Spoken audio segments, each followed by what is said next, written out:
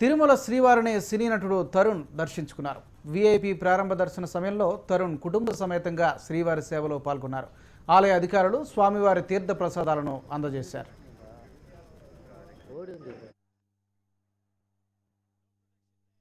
ఎప్పుడు తిరుపతి వచ్చి దర్శనం చేసుకుంటాం.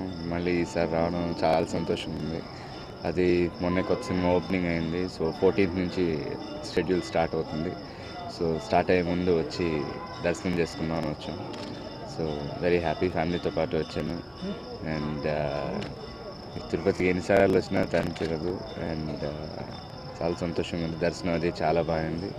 అండ్ షూటింగ్ షెడ్యూల్ అవగానే రిలీజ్ ముందు తప్పకుండా మళ్ళీ వస్తాను. ఎవ్రీ ఇయర్ ఎప్పుడు తిరుపతి వచ్చి దర్శనం చేసుకుంటాం.